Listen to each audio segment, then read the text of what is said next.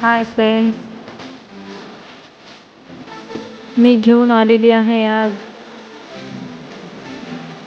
Blazer set आणि हा old काठापदराच्या साडीचा बनवलेला आहे. स्लीवलेस ब्लाऊज आणि प्लाझो पॅन्ट झालेली आहे. फायनल लुक पाहू शकता तुम्ही, खूप सुंदर झालेला आहे.